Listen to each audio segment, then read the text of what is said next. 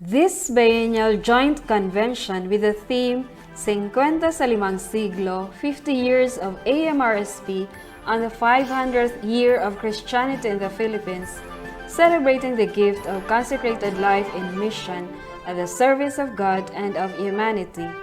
According to the AMRSP co-chairperson, Sister Marilyn Hava RC, and Father Shelito Almazan OFM, is an occasion to celebrate life, to discover our strengths to serve Christ with new vigor bequeathed to us by our charisms. The real spirit of double jubilee year is to move us to announce God's love.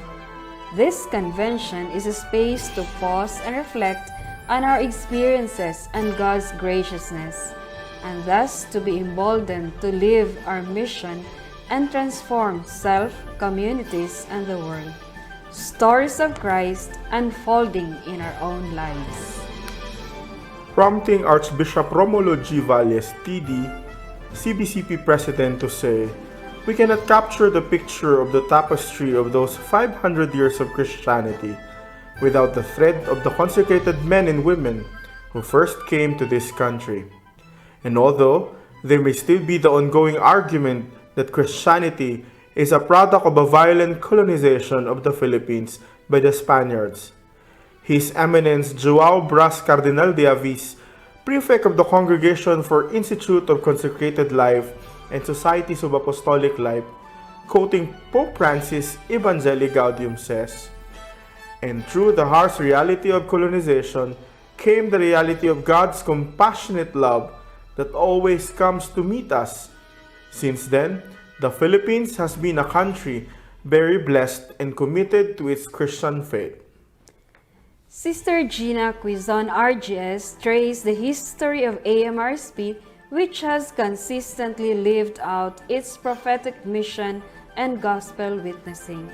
She repeated these questions for self-reflection and community discernment. What can we learn from our history?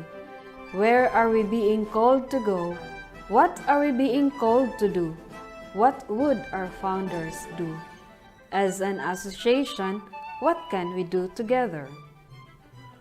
The answers can be found in AMRSP's footprints as a member of the Universal Church and in the continuing discernment and introspection of each member congregation, together with the lay faithful, on how each one engaged with AMRSP at very critical and crucial moments of history, to inspire a movement fueled by God's promise of salvation, to work together for a common dream for justice and peace for all.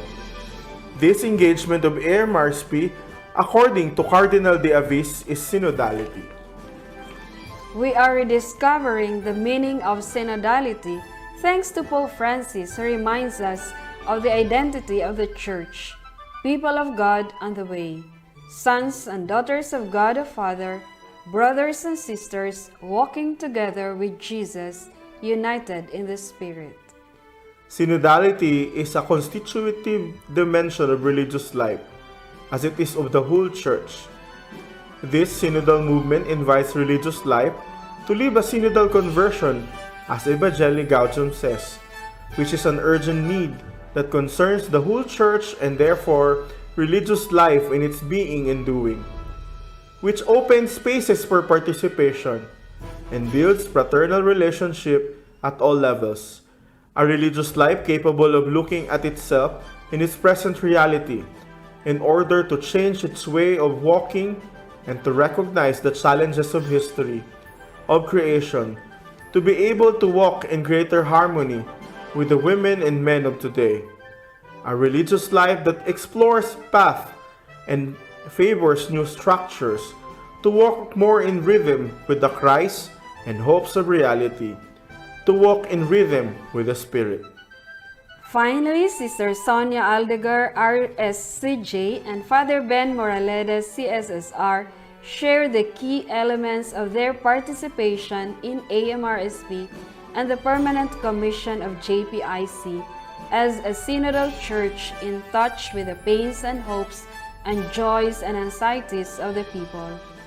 First, discernment model as an approach to doing theology. Second, learning from and listening to others. Third, gospel values which we must uphold as religious. Fourth, importance of mission partners. Fifth, journey of identification is with Christ. Our mission is Christ's mission. Sixth, do not fear, it is I, the Lord. And lastly, to continue to go to the deep. We thank the LaSalle brothers and the Discount Carmelite nuns for leading us in prayers, to Father Ruel de la Cruz, SSS, for moderating our first Listening Heart session, and most importantly, to our 277 participants who actively join us celebrate our brotherhood and sisterhood. And here's what had happened during the day 1 of the 2021 AMRSP Joint Biennial Online Convention.